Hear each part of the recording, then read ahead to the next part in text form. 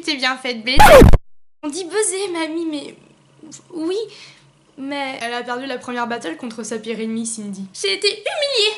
Mais faut pas te laisser faire, ma petite chérie. Fais comme ta grand-mère. Deviens une tigresse. Comment j'ai fait, moi, face à mes concurrentes féminines dans la course aux genoux, hein? Bonjour les amis, j'espère que vous allez bien, que vous avez passé une super journée, ou que vous allez passer une super journée, parce que ça dépend à quelle heure vous regardez la vidéo, je crois. Pour ma part, ce fut une très bonne journée, et justement, comme je suis grave motivée, j'ai envie de parler lecture avec vous, toujours et encore, pour vous parler d'un livre que, quand il était sorti, je l'avais zioté à fond à la librairie, mais j'ai quand même attendu qu'il soit disponible à la bibliothèque. Il s'agit de Lux de Maud Mayeras aux éditions Anne Carrière. Lux commence par une histoire de vengeance, car Antoine Arelde, j'espère que je le prononce bien, n'a rien oublié. Et c'est déterminé qu'il retourne dans la ville de Ceduna dans l'Australie Sud, ou le sud de l'Australie, hein, c'est beaucoup plus français, pour régler ses comptes. Très vite, l'intrigue perd ses airs de suspense et de mystère pour se tourner vers quelque chose de beaucoup plus apocalyptique. Un tsunami s'abat sur Ceduna. L'heure est à la survie, survie qui trouvera peut-être ses réponses au cœur du pays, ou pas. Dans ce livre, en fait, mon avis est d'emblée, je vous le dis tout de suite, très mitigé. Parce que de 1, oui, j'aime beaucoup quand ça se passe en Australie, ça me fait toujours penser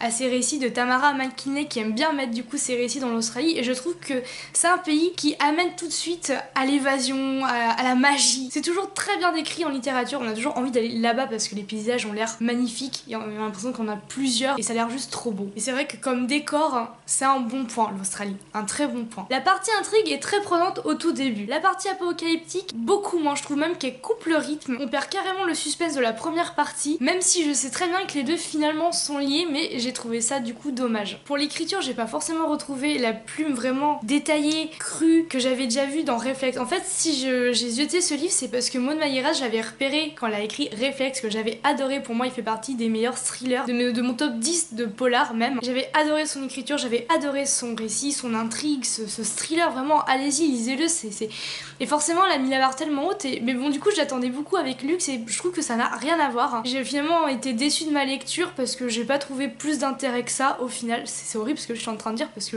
c'est une auteure, je l'aime bien, quoi, sinon ça change rien à tout l'amour que j'ai pour elle. C'est juste que Réflexe reste pour moi un très bon thriller.